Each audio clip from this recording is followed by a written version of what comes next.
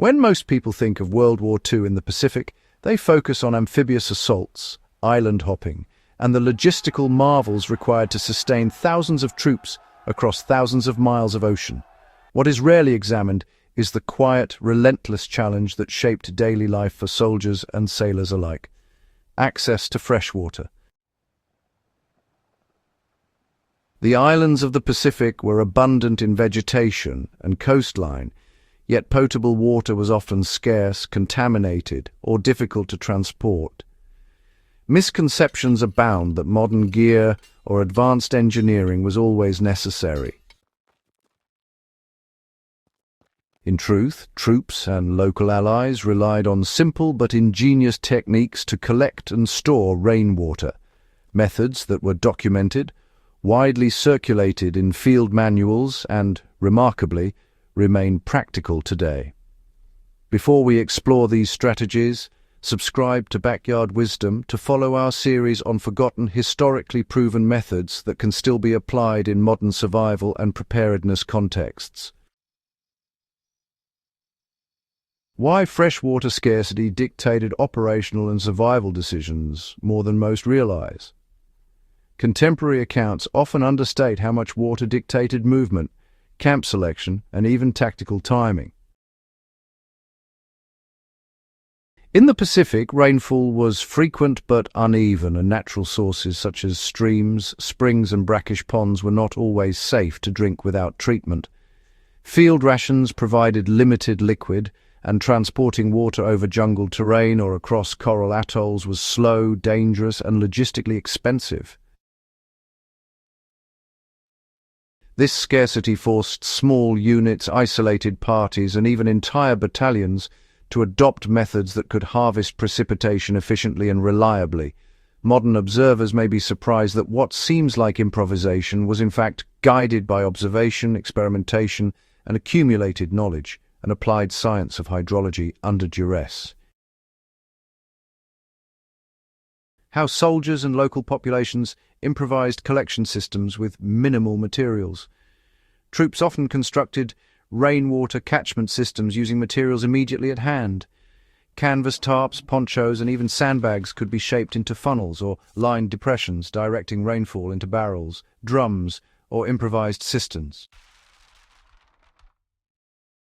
Bamboo, abundant on many islands, was cut and joined to form gutters or channels, leveraging gravity to direct water efficiently.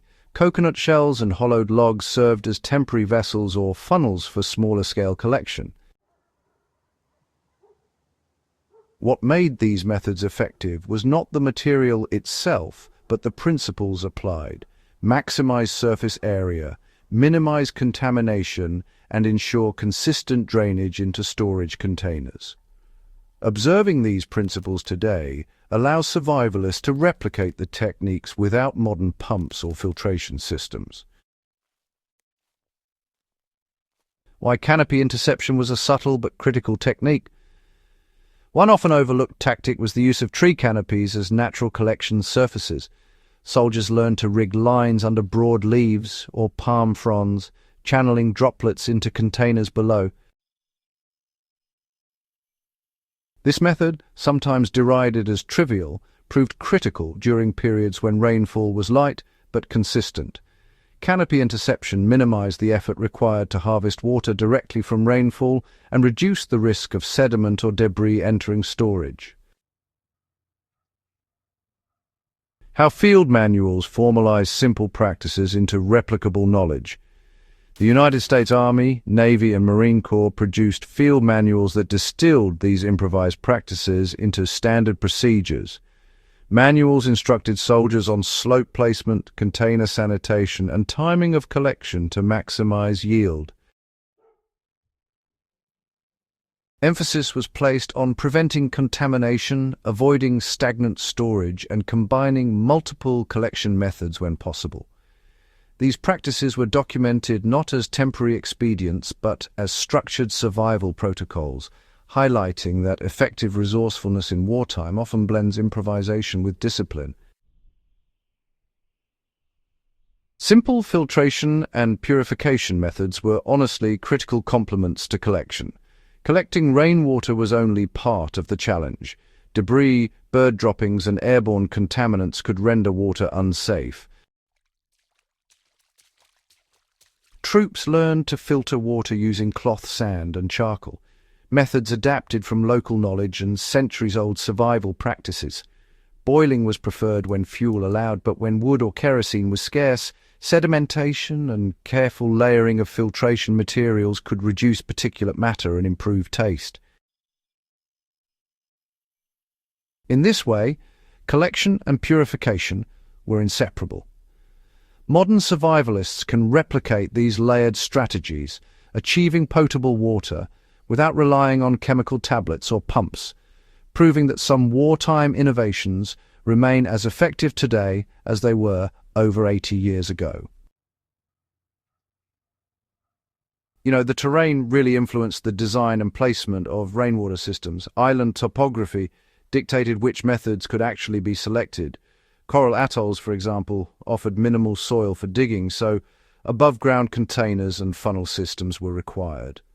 On the other hand, jungle-covered islands provided abundant canopy surfaces, but there were limited clearings for placing drums or barrels. The thing is, rainwater collection directly affected operational success and human endurance. The availability of water shaped unit movements, encampment selection, and, honestly, morale itself. Soldiers deprived of sufficient hydration experienced fatigue, impaired cognitive function, and were more susceptible to disease, all factors that definitely influenced tactical decisions. Conversely, small units that mastered collection and storage could operate independently for longer periods, conduct reconnaissance, and, maintain better health under tough tropical conditions. These outcomes really underscore the practical significance of what might seem like mundane survival skills, elevating them to operational priorities in situations where supply lines are fragile or even non-existent. What modern survivalists can learn from World War II Pacific practices is, pretty remarkable. The methods developed in the Pacific demonstrate several enduring principles. First, simplicity can be powerful. Effective collection often relies on fundamental principles rather than sophisticated tools. And second, redundancy matters a lot. Combining multiple collection surfaces, containers, and purification techniques really mitigates risk. Third, observation and adaptation are crucial. Environmental cues dictate the most effective strategies. Applying these principles today can enhance preparedness for natural disasters, remote expeditions, or situations where infrastructure fails. It proves that historical knowledge retains practical value well beyond its original wartime context. How these forgotten methods influenced post-war survival knowledge is actually quite fascinating. After the war, knowledge from the Pacific campaigns filtered into civilian survival literature, humanitarian programs, and disaster response planning. Manuals on emergency water collection and improvised sanitation often reference the same techniques soldiers used on tropical islands.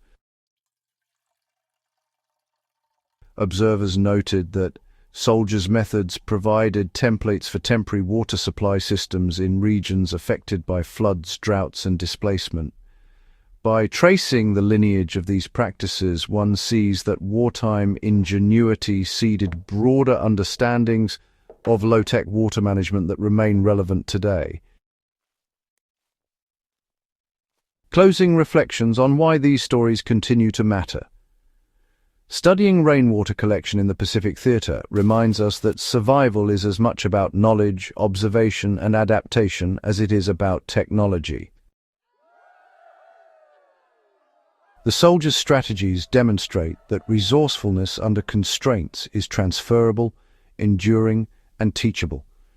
Remembering these methods enriches our understanding of human endurance, environmental interaction, and the practical challenges that shaped historical outcomes. These lessons are not abstract. They provide concrete guidance for anyone interested in preparedness, sustainable practices, or the applied sciences of resource management.